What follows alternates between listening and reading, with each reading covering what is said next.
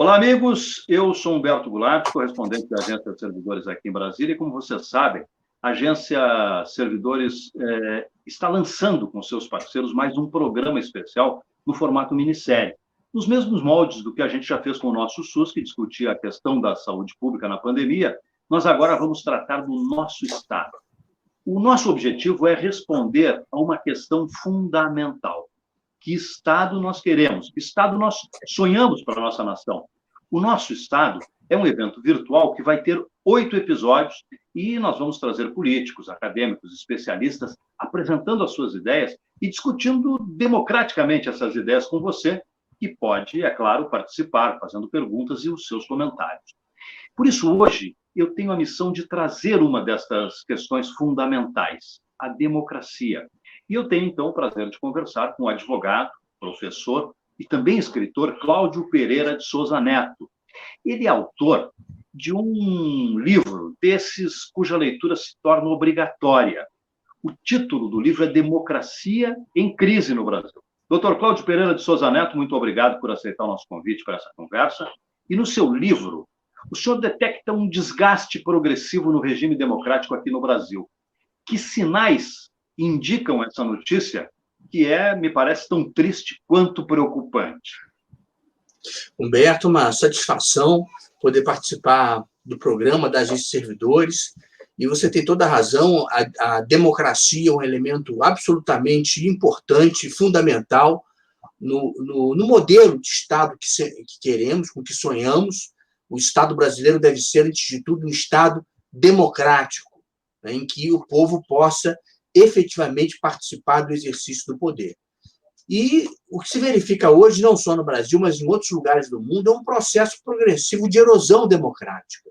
No passado, a democracia colapsava de uma maneira muito abrupta. Era comum que se deflagrassem golpes de Estado e, por vezes, do dia para a noite, o regime mudava. No dia seguinte, o país já amanhecia submetido ao regime de força e a democracia ficava para trás. Hoje não é mais assim. O que se verifica no Brasil e no mundo é um processo longo e progressivo de erosão das instituições democráticas. As instituições dotadas de independência, como o Poder Judiciário, como o Congresso Nacional, vão perdendo a sua autonomia, mas não só, às vezes, agências que integram o Executivo, a FUNAI, por exemplo, a Receita Federal, o IBAMA, vão perdendo a sua independência e cada vez mais a vontade política do governante se impõe contra o direito, né? Então, um dos elementos que caracteriza esse processo de erosão democrática é justamente a perda de independências dessas instituições estatais dotadas de autonomia. Esse é um elemento ao lado de outros, né? Hoje, por exemplo, você verifica um agravamento do conflito político, né? O conflito político no regime democrático deve ser um conflito travado entre adversários que divergem entre si, mas que se reconhecem como membros legítimos da mesma comunidade política.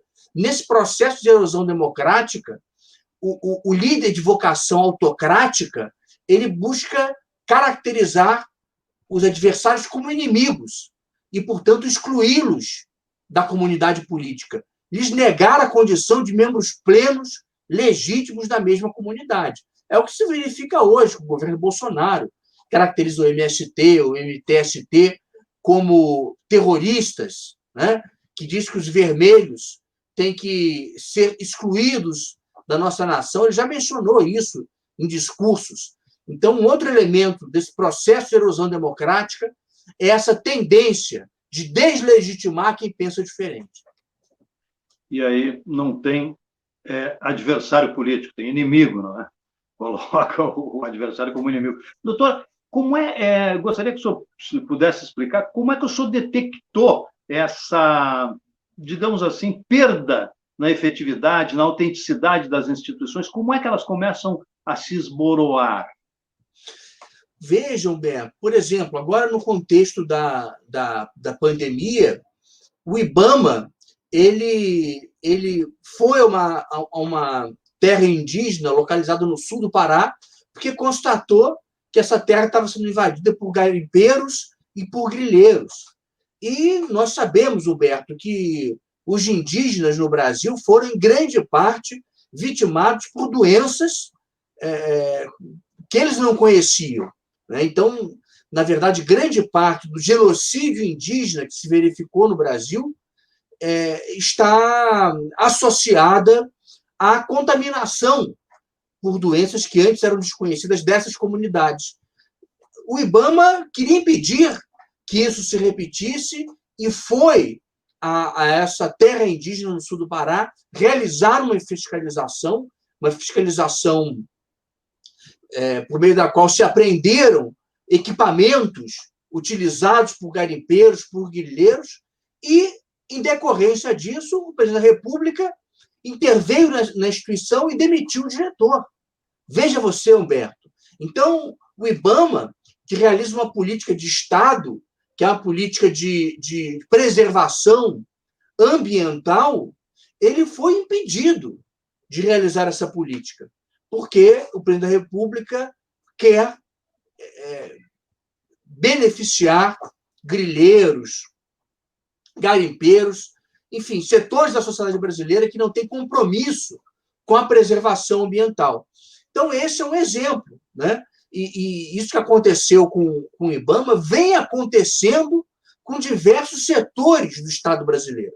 Diversos setores, mesmo o COAF, né? O COAF, que é aquele órgão responsável pelo monitoramento das movimentações financeiras e que, quando constata uma movimentação irregular, informa a polícia, informa o Ministério Público, um órgão absolutamente decisivo na persecução criminal no Brasil. O governo, em decorrência da atuação do órgão sobre as contas dos assessores de um dos seus filhos, que à época era deputado estadual e hoje é senador, o Flávio Bolsonaro, alterou a estrutura do COAF. Antes ele era integrado por membros oriundos de carreiras de Estado. Hoje em dia, não. O único requisito para que o sujeito integre o COAF é que possua reputação ilibada. Então, são nomeações que podem ocorrer com muito mais liberdade. E certamente o presidente da República nomeará gente submetida à sua vontade política e não servidores independentes. Isso é muito ruim para a fiscalização das movimentações financeiras no Brasil e cria uma ameaça, que é de que essa instituição possa ser capturada e utilizada como instrumento da estratégia política governamental. Doutor Cláudio, no seu livro, o senhor vem narrando fatos desde 2013, quando começaram os protestos de rua, e, com base nesses fatos, o senhor dá o título ao seu livro, dizendo que a democracia no Brasil está em risco. Né? A que é que no livro, ou no seu entendimento, se pode atribuir que a gente tenha chegado a esta situação, a situação da democracia acabar em risco desde 2013? Vários fatos, Humberto. Tudo começa com aquela explosão social em 2013, né? O Brasil, naquele contexto, vivia um bom momento. O Brasil vivia um ambiente de pleno emprego. Nós verificamos mais de 10 anos de redução contínua e progressiva da desigualdade social. O Brasil tinha reduzido muito o problema da extrema pobreza, da miséria. Eu lembro, Humberto, que quando eu era na década de 80, né, quando havia seca no Nordeste, as famílias mais pobres do interior do Nordeste iam para as grandes cidades e nós víamos ali crianças com aquela barriga grande, cheia de verme, com os braços fininhos, vítimas da desnutrição. Né? Então, a miséria era visível no rosto das pessoas. Em 2013, nós tínhamos, em grande parte, solucionado esse problema. O Brasil organizaria, no ano seguinte, a Copa do Mundo, logo em seguida as Olimpíadas, eventos que celebrariam um novo momento da vida nacional. E tudo isso feito num ambiente de liberdade e democracia. De uma hora para outra, o povo chegou à conclusão de que nada disso servia. e eclode um grande movimento social que hoje se denomina explosão social, que é diferente de uma revolução. As revoluções têm um sentido teleológico definido, há um objetivo a ser alcançado. Na explosão social, não. Cada um vai e segue vai para um lado diferente, segue uma direção diferente. Teve a explosão social, teve a eleição de 2014, em que já se verifica um agravamento das relações adversariais e uma tendência de surgimento de relações de inimizade política. O resultado da eleição depois não foi reconhecido pela oposição.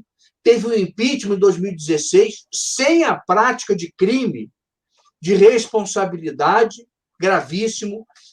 Governo Temer, a aprovação da emenda constitucional 95, que congela os gastos públicos.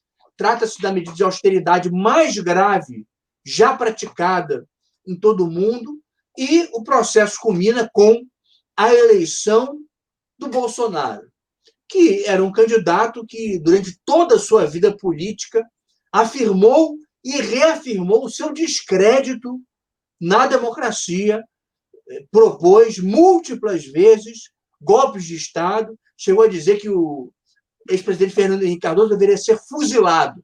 Era dessa forma que o Bolsonaro concebia os seus adversários. E Bolsonaro, no governo, vem buscando atuar contra a estabilidade democrática, contra a representação política, contra as liberdades previstas na Constituição de 88. Então, Humberto, em síntese, uma síntese muito realmente objetiva, ela deve considerar, na minha opinião, esses eventos como os eventos mais significativos desse processo de erosão democrática vivenciado no Brasil. Me parece que talvez o maior problema seja quando se olha para outros países que viveram situações parecidas com o que o Brasil está vivendo hoje, o resultado é muito nefasto.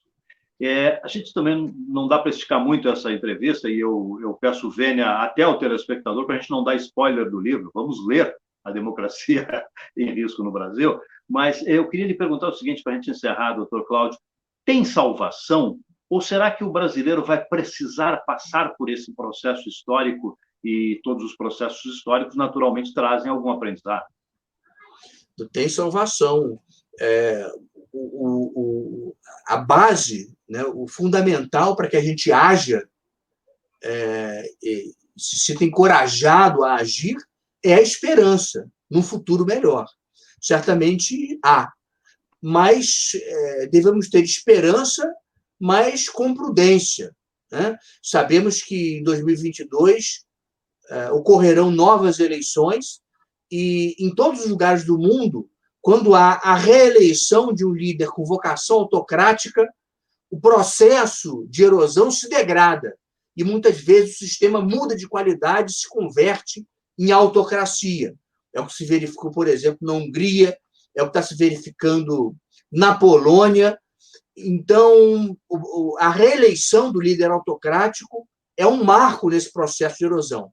Então, me parece que todos os democratas no Brasil devem se unir, independentemente do seu credo religioso, da sua orientação política, à direita ou à esquerda, independentemente de suas opiniões sobre o meio ambiente, sobre a educação, enfim, sobre os mais diversos aspectos da organização social brasileira.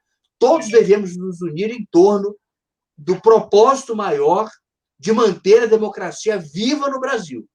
E isso significa, obviamente, ter a sua expressão mais concreta na mobilização contra a reeleição do Bolsonaro. Deixando aqui um agradecimento de coração ao Dr. Cláudio Pereira de Souza Neto, e dando os parabéns pelo brilhante livro que ele conseguiu escrever a esse respeito.